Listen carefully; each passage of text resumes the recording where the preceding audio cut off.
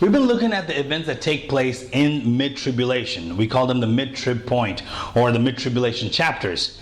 And today we're actually wrapping it up with chapter 14 and 15, because after this it goes back into the judgments that God pours out on this earth. In chapter 12 we saw how Satan has been cast down to this earth. He's been locked out of heaven for good. And knowing that his time period here on this earth is short, 3.5 years, he goes off to wage war against the woman, Israel, and her children. And chapter 13 we saw that Satan gives rise to another beast. We refer to him as the false prophet, and he's able to do certain signs and wonders in the presence of the beast who's actually possessed by Satan himself. And he motivates people to take a mark on their foreheads. This is known as the mark of the beast, which has the number 666, without which you cannot buy or sell. The other group that we saw is the remnant, that God protects a group of believing Jews in the wilderness. And most theologians believe that it's a place in Petra called Bozrah Petra. And the other group that we saw is the non-believing Orthodox Jews. The Bible says that the dragon will go to wage war with the rest of her offsprings, with the rest of her children. This would be the Orthodox Jews who are probably in the Jerusalem area still doing worship in the temple. So the devil goes to wage war against them. The other group is the people who hold on to the testimony of Jesus Christ, which would be the Christian Gentiles. There's still one more group that we will see today, which is the 144,000 Jews. We already saw them in chapter 7. Now here in Revelation chapter 14 verse 1, John says, "Then I looked, and behold, the Lamb was standing on Mount Zion, and with him 144,000, having his name and the name of his Father written on their foreheads." In this passage we're going to see that John sees, he hears, and he understands. He sees the Lamb in center stage. The Lamb is none other than Jesus Christ, the Messiah, representing atonement and sacrifice. See, the church has already been raptured at this point. Before Revelation chapter 4 and 5, we know that Christ comes again in the clouds, and the Christian believers at that time are raptured and they're found in heaven with him. But these 144,000 men that we see here, they are Messianic Jews. Remember, we saw them in chapter 7. They've come to Christ after the tribulation period has started, after the rapture has taken place, and they're living a loyal, godly, undefiled life. And it says here that they're found on Mount Zion. Geographically speaking, Mount Zion is a little south of Mount Moriah, known as Temple Mount, a little bit smaller than Mount Moriah, in the same mountain range, you could say. And we believe that the Messiah will come to rule and reign from this point. Many prophets have already predicted that. So does this verse mean that Christ is actually here on this earth at this point on Mount Zion? This verse has led to many misunderstandings about a mid-trib rapture.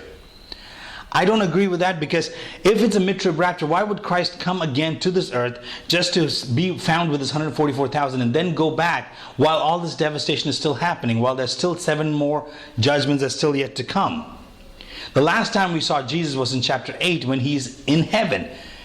We see Jesus again in chapter 19, still in heaven, preparing to come down to this earth. So it doesn't make sense that Christ would come down to this earth for a brief moment to be found with these people. This could be understood as a future prophetic vision that John sees of how when Christ comes again to this earth and sets up his millennial kingdom on this earth, that these 144,000 men are seen with him. Or it could be that John is seeing heaven once again. He's seeing the spiritual heaven where he sees these 144,000 men after they've been martyred for Christ after 3.5 years.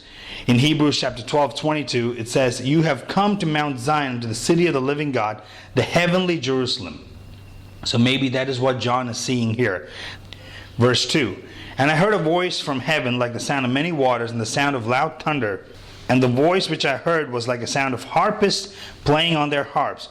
And they sang a new song before the throne, before the 4 living creatures and the elders. And no one could learn the song except the 144,000 who had been purchased from the earth."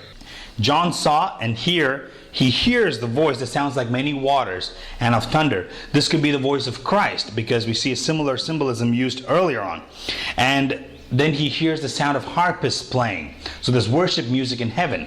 In the Bible, the lyre or the harp were usually used to signify joyous occasions. And when they were being taken into captivity, it says they hung their harps on the trees because they didn't feel like singing the Lord's song. And so these 144,000 men have been preserved from chapter 5, and they've been redeemed. They've gone through the tribulation period, the first half of it, and they are worshiping in response to what God has done for them. A song that only they know, a special song that only they could sing. Verse 4. These are the ones who have not been defiled with women, for they have kept themselves chaste. These are the ones who follow the Lamb wherever he goes. These have been purchased from among men as first fruits of God and to the Lamb, and no lie was found in their mouth. They are blameless. Now John begins to understand. He said, these are the ones who have conquered the beast by the life that they live, by the word of their testimony, and by the blood of the Lamb. And it says here that they have kept themselves chaste. Now we can understand that they were physically pure, like they were virgins. They've kept themselves chaste. Remember, Satan is at his apex here. He is ruling this world. And even Jerusalem is referred to as Sodom and Gomorrah. So all sorts of immoral activities could have been happening, but these men have chosen to live a life with a single track mind, a life that is pleasing to God. They're leaving a powerful testimony behind, living a sanctified life. And so they've kept themselves chaste, and they follow the Lamb wherever he goes. And the next part says that they have been purchased from this earth. This also goes to show that these men have actually been killed. They have been martyred or beheaded. And it says they are the first fruits of God. According to the law of the land, the first fruit always belonged to God.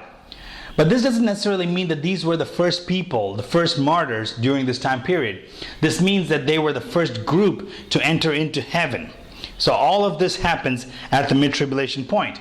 Now there's a question that may come up saying, how come? Because in chapter 7 we saw that an angel went around sealing these 144,000 men on their foreheads.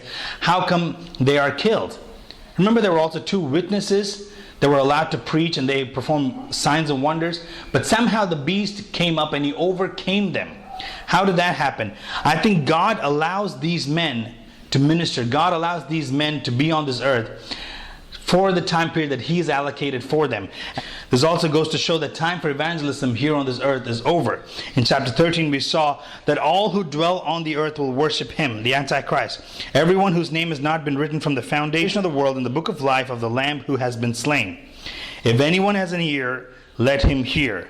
If anyone is destined for captivity, to captivity he goes. If anyone kills with the sword he must be killed. Here's the perseverance and faith of the saints. So in other words, if you're martyred during the second half of the tribulation period, it's actually a good thing for you, because you'll be found in heaven and you will miss all these atrocities. Verse 6. Then I saw another angel flying in mid-heaven, having an eternal gospel to preach to those who live on the earth, and to every nation and tribe and tongue and people. And he said with a loud voice, fear God and give him glory, because the hour of his judgment has come. Worship him who made the heaven and the earth, and sea and springs of water. Here John sees an angel flying in mid-heaven, and he's preaching a gospel to everybody who lives on the earth, to every nation, tribe, and tongue. Mid-heaven could represent outer space, or it could be the apex of the sun, the middle of the day. It's mid-heaven. So everybody could see. Nobody could miss this message. And the interesting thing here is that the angel is preaching. When Jesus gave us the Great Commission, he said, you go into all the world and make disciples, teaching them everything that I've taught you. So preaching and evangelizing was a task that was given to human beings. But here God is sending an angel to preach to the entire earth. And the message that this angel preaches is fundamentally opposed to all the doctrines and beliefs and understandings, that philosophies that man has projected throughout the centuries. Look at the message, this universal message.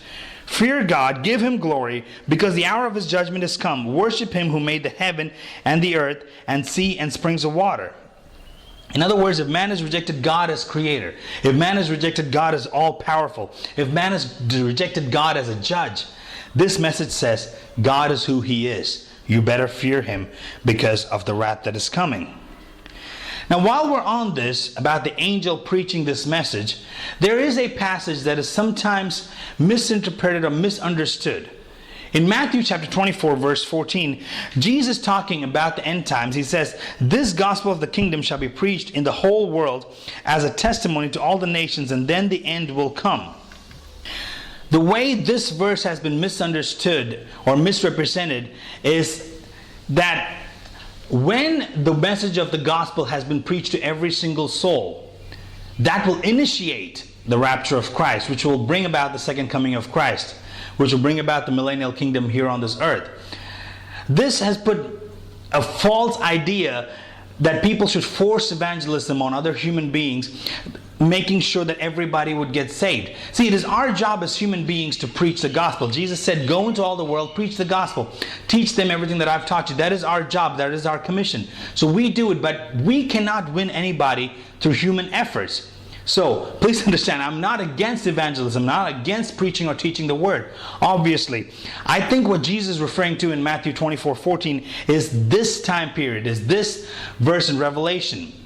That when an angel comes up, when a supernatural being, he comes and he does the preaching from mid-heaven, so that every tribe and tongue and nation will hear the universal message of God, then the end will come. That will bring about the millennial kingdom. Because think about it, God's grace and God's love is, I don't understand it, it's so vast and so expansive that even to the last minute God is trying to save people. God is trying to preach the gospel to the people, but people are stone-hearted, they're stiff-necked, but God is still preaching. During the time of tribulation, He raised up 2 witnesses who were preaching. He raised up 144,000 Jews who were preaching, Christian Gentiles who probably are still preaching and evangelizing in a way. But still there are people who reject the gospel. And so as one final shot, this angel comes and he preaches to the entire world. And even then, people are still not listening. Revelation 14 verse 8. And another angel, a second one, followed, saying, Fallen, fallen is Babylon the Great, she who has made all the nations drink of the wine of the passion of her immorality. Now this angel here, he does not preach the gospel. He does not give an invitation to be saved. He's just proclaiming the doom of the system. And this is the first time in the book of Revelation that we see Babylon mentioned. And there's a pattern that you'll understand, that if there is a major player, like this one for instance, there'll be a small preview, like this verse here, and then later on there'll be a chapter or 2 dedicated to that character.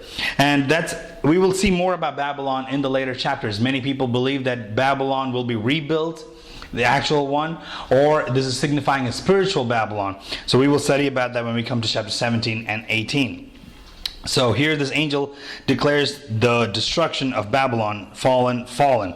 Verse 9, then another angel, a third one, followed them, saying with a loud voice, if anyone worships the beast and his image, and receives a mark on his forehead or on his hand, he will also drink of the wine of the wrath of God, which is mixed in full strength in the cup of his anger, and he will be tormented with fire and brimstone in the presence of the holy angels, in the presence of the Lamb. And the smoke of the torment goes up forever and forever. And they have no rest day and night, those who worship the beast and his image, and whoever receives the mark of his name. This angel does not talk about the doom of the system, nor does he talk about the gospel. He's just pretty much telling you the consequences of what will happen if you worship the beast or if you take the mark. That you will be cut off from God forever. That you will drink the full wrath of God. This is the unmixed full wrath of God. See, hell is for real, folks. And Jesus actually mentioned hell more than he mentioned heaven in his preachings. Whether you reject Christ now or you live through the tribulation period and you reject Christ then, this is your destiny. This is what's going to happen to you. You'll be cut off from Christ. I think that's what hell is more like, being cut off from God for eternity. Reading these chapters, reading these verses should be an eye-opener to any of us.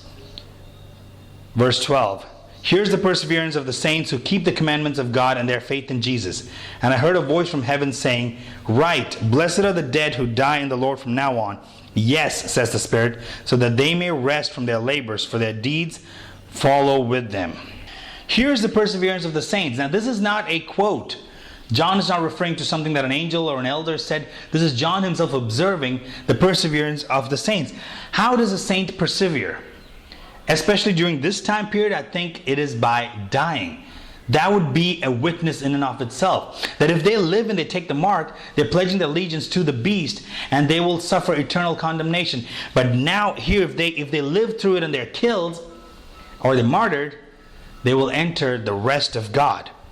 And that is the hope of a Christian. I think that's what John is trying to project here. As Christians, we have that hope that one day our bodies will be resurrected into new heavenly bodies and we will spend eternity with Christ in heaven. Paul said in 2 Corinthians, I prefer rather to be absent from the body and to be at home with the Lord. And these guys here enter the rest of God. They're rejuvenated, no more fear, no more tears. The latter part of the verse says, their deeds follow after them. Every one of us will receive an eternal reward. All of us will go to heaven, but our rewards that we will receive will be based on the life that we live for God here on this earth, a life of testimony that we live for God here on this earth. And here we see that their rewards are going to have material form. In Revelation 20, this is kind of a future that's going to happen from this point. In verse 4, John says, I saw thrones, and they sat on them, and judgment was given to them. And I saw the souls of those who had been beheaded because of their testimony of Jesus, and because of the word of God, and those who had not worshipped the beast or his image, and had not received the mark on their forehead and on their hand. And they came to life and reigned with Christ for 1,000 years. So the tribulation saints will be receiving this as their reward. Back in Revelation chapter 14, verse 14, Then I looked, and behold, a white cloud, and sitting on the cloud was one like a son of man, having a golden crown on his head, and a sharp sickle in his hand. And another angel came out of the temple, crying out with a loud voice to him who sat on the cloud, Put in your sickle and reap, for the hour to reap has come, because the harvest of the earth is ripe. Then he who sat on the cloud swung his sickle over the earth, and the earth was reaped. I believe that these are two angels talking to each other. Though John used the word like a son of man having a golden crown, I don't think this is Jesus Christ. Because the golden crown is Stephanos. The word used here is Stephanos, which is not a royal crown, like a diadem, like Christ would be wearing. And he uses the word another angel. Because if this was Jesus, John could have easily said the Messiah or the Lamb, like he's done in the previous verses. This is another angel. Maybe another archangel, and that's why he looks like the Son of Man. And he's sitting here with a sickle in his hand, which shows that the harvest is ripe. The harvest is ready. Now this imagery of the harvest was very common to the Jewish people, especially back then, people who lived off of the land. The thing about harvest time is that it meant judgment. The Bible says you reap what you sow. So it has been sown, and now it's time to reap. In Joel chapter 3 verse 12, God says, Let the nations be aroused and come up to the valley of Jehoshaphat, for there I will sit to judge all the surrounding nations. Put in the sickle, for the harvest is ripe. Come, tread, for the winepress is full. The vats overflow, for their wickedness is great. Multitudes, multitudes in the valley of decision. For the day of the Lord is near in the valley of decision. Now this harvesting, we said, is judgment time. God is deciding, God is differentiating between those who stand for Him and those who do not stand for Him. And this goes on for another 3.5 years. We're in the mid-trib point.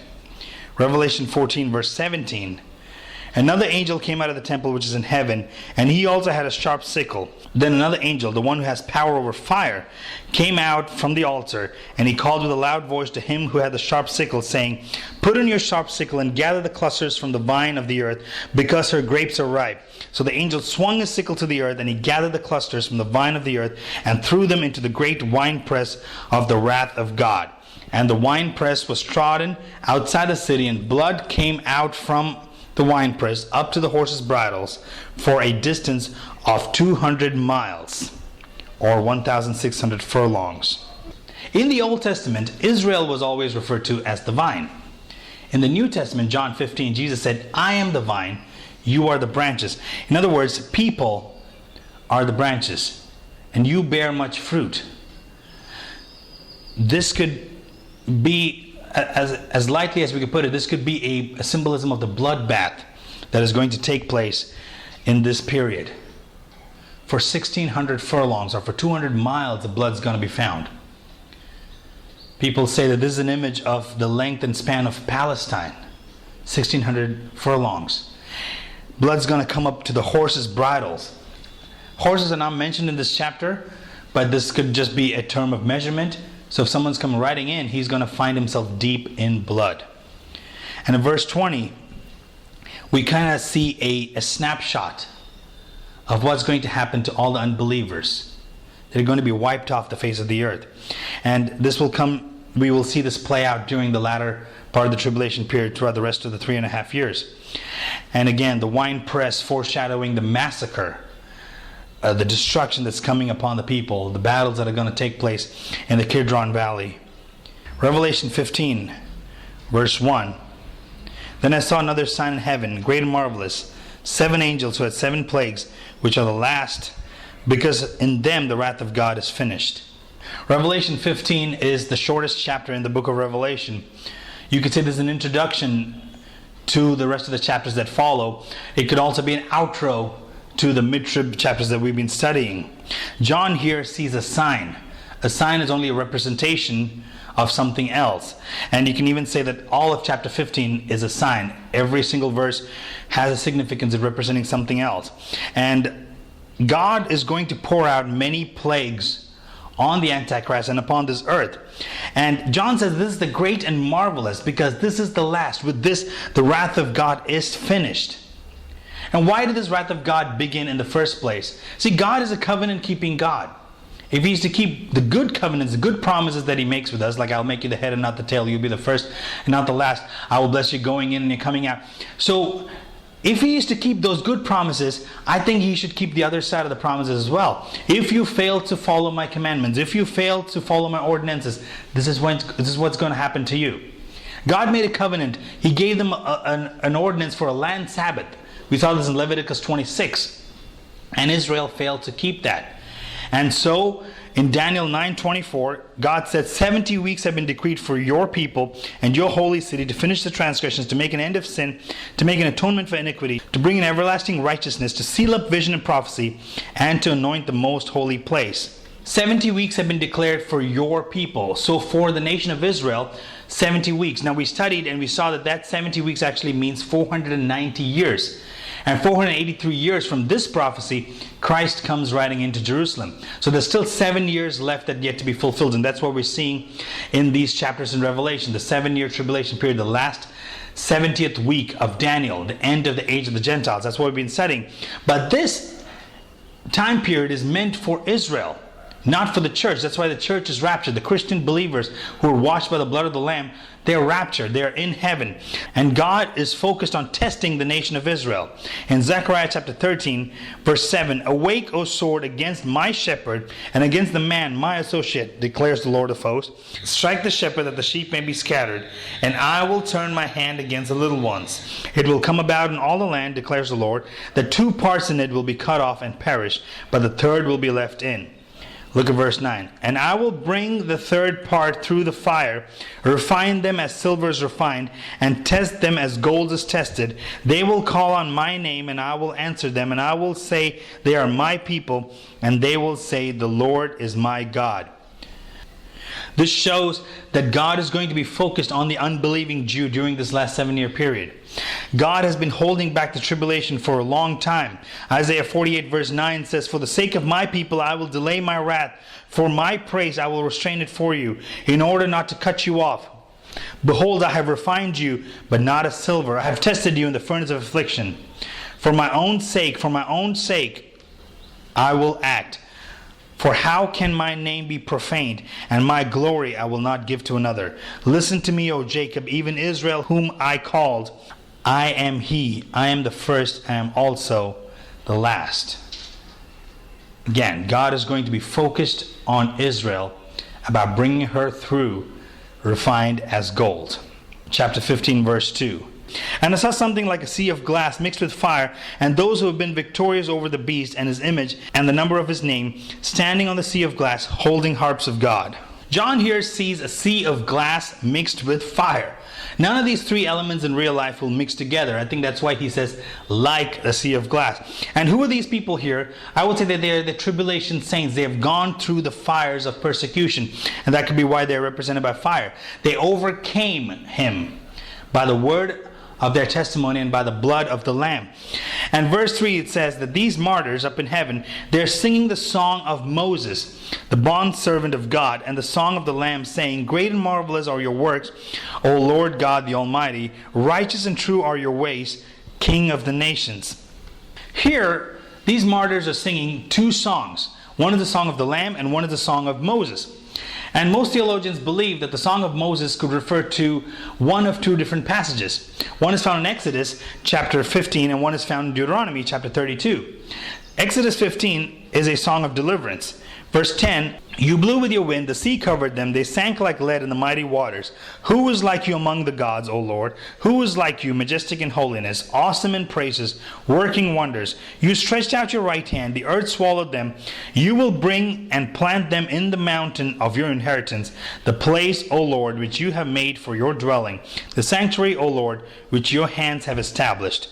The Lord shall reign forever and forever. This discussion here is obviously about the Red Sea experience, and you can even draw the parallels to how God brought them through the time of tribulation, the 7-year tribulation period. The other passage that refers to the Song of Moses is Deuteronomy chapter 32, verse 5. They have acted corruptly toward him. They are not his children because of their defect, but are a perverse and crooked generation. Do you thus repay the Lord, O foolish and unwise people? Is not he your father who has bought you? He has made you and established you. Remember the days of old. Consider the years of all generations. Ask your father, and he will inform you, your elders, and they will tell you. Verse 17. They sacrificed to demons who were not God, to gods whom they have not known, new gods who came lately, whom your fathers did not dread. You neglected the rock who begot you, and forgot the God who gave you birth. Let's go down to verse 35. Vengeance is mine, and retribution. In due time their foot will slip, for the day of their calamity is near, and the impending things are hastening upon them. For the Lord will vindicate his people, and he will have compassion on his servants, when he sees that their strength is gone, and there is none remaining, bond or free. And he will say, where are their gods, the rock in which they sought refuge? If I sharpen my flashing sword, and my hand takes hold on justice, I will render vengeance on my adversaries, and I will repay those who hate me. This passage is a prophetic utterance given by Moses right before he dies. Sadly, he looks into the future and he sees a godless, stiff-necked Israel. But the fulfillment of this prophecy is found here in Revelation. God has brought his children through a refining fire, and now they're glorified. See, when God made his promise with Abraham, his covenant with Abraham, known as the Abrahamic covenant, there were no conditions or requirements to it.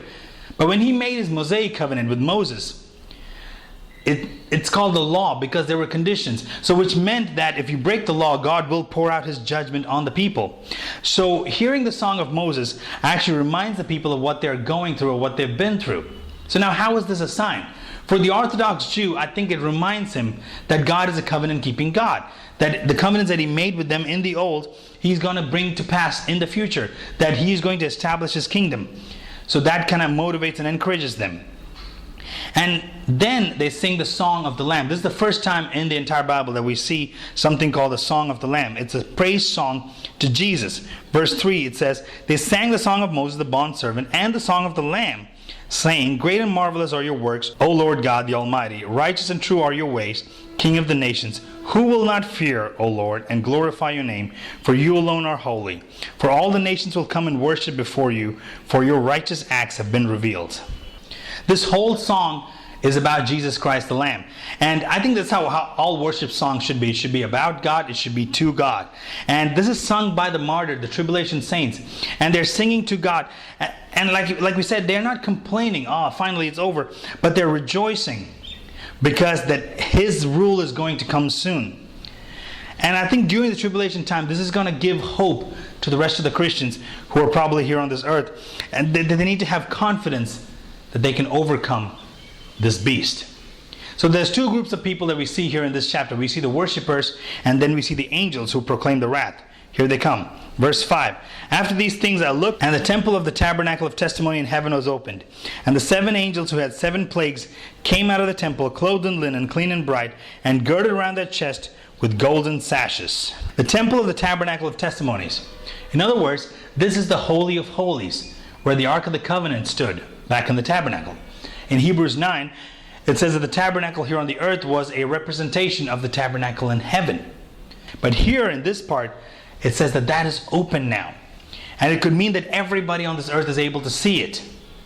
I think more than that, it is a sign to the Jews, to the Israelites, that God is still on the throne, and one day he will come down to reign on this earth. So the glory of God departed from the temple back in Ezekiel chapter 10. Right before the Gentiles began, angels came and escorted the glory of God, and it has not returned since. But this is a sign here to these people that the glory of God will return to the earth. In other words, the age of the Gentiles is coming to an end. And then he sees angels dressed in linen, white linen with golden sashes around them, holding shallow dishes in their hand. This is what a priest would have looked like. So for a common Jewish person, they would have quickly understood this imagery. Verse 7, then one of the 4 living creatures gave to the 7 angels 7 golden bowls full of the wrath of God, who lives forever and forever. Usually in the Bible, the wrath of God is measured in cups. The cup of the wrath of God. Even Jesus praying in the Garden of Gethsemane, he said, let this cup pass from me, because he was about to undergo the wrath of God as he took on the sins of the world. And so here they're found in shallow bowls like dishes. So maybe because it's easier to be poured out. And in verse 8 it says, and the temple was filled with smoke and the glory of God and from his power. And no one was able to enter the temple until the 7 plagues of the 7 angels were finished. See, in the Old Testament, the high priest would enter into the temple to offer prayers, to sprinkle the blood on the mercy seat for the atonement of the people. And in the New Testament, Jesus Christ is our high priest, and he enters, interceding for us. But during this time, it says no one is able to enter into the temple, meaning that not even Jesus is able to go and intercede for the salvation of the people. Grace period is over. It's going to be full-on wrath of God in 7 installments poured upon the face of the earth. Why? Because God is a covenant-keeping God. If he is to keep the good promises, he's going to have to keep his commandments about the judgment as well. I also see the love of God, the mercy of God, that through this entire time, he is still sending people one last chance to get saved. Jews are going out preaching. The 2 witnesses are preaching. Christian Gentiles may be evangelizing. Then an angel comes, preaches to the entire world, every tongue and tribe and nation. I see the love of God there. God loved this whole world that he gave his son. So maybe you stumbled upon this video by chance and you have not given your heart to Christ. Maybe you've not made that decision, or you've fallen away. It's never too late to come back to him. Next time, we're going to see what happens in chapter 16. The Battle of Armageddon begins. And then in 17 and 18, we're going to see the fall of Babylon. So don't miss these videos. I hope these lessons are a blessing to you. I will see you next time.